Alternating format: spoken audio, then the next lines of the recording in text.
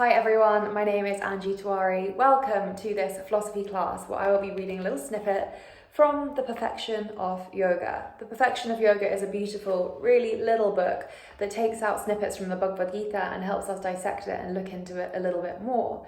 So let's get started. Now, this is all about yoga and it talks about the state of the mind, the way the state of the mind should be.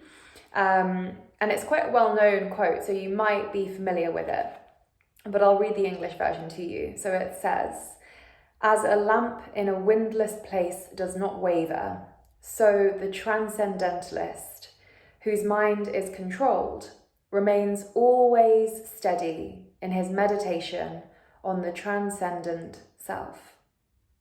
Let me read that again. "As a lamp in a windless place does not waver, so the transcendentalist, whose mind is controlled, remains always steady in his meditation on the transcendent self." And that is Bhagavad Gita 6.19. And it goes on to say that when a candle is in a windless place, then its flame remains straight and doesn't waver.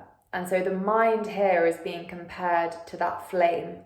It's susceptible to so many material desires, and the slightest agitation that our mind feels, that flame and our mind will move, it will flicker, it will go here, there and everywhere. And a little movement of the mind has the ability and the power to change the whole of our consciousness. So in India, one seriously practicing yoga traditionally remained brahmachari, which means celibate. And they were either completely celibate, brahmachari, or grahastha brahmachari, which is that somebody was with a partner and they didn't associate with anyone else other than with their partner.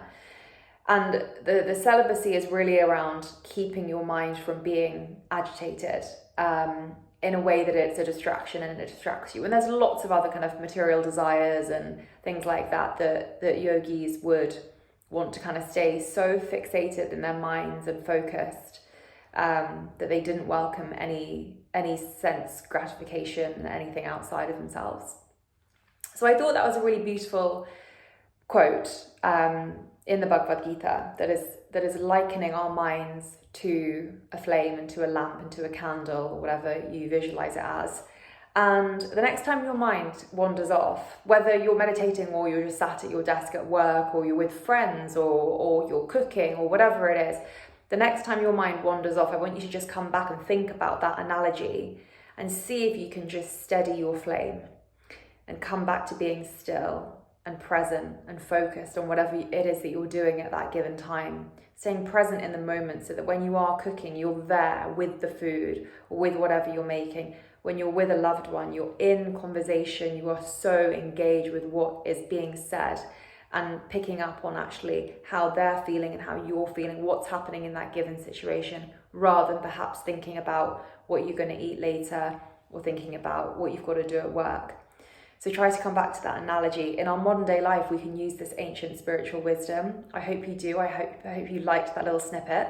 If you did, I've got a playlist full of philosophy videos, so go and check them out. They're only a couple of minutes long so that you can get a little bit of information from this ancient wisdom and apply it into your everyday life. And remember to hit subscribe and click like on the video so that you can keep abreast of what else I have coming up in store and all the next videos that I will have to share with you. Okay, I will see you in the next video. Enjoy the rest of your day. Bye.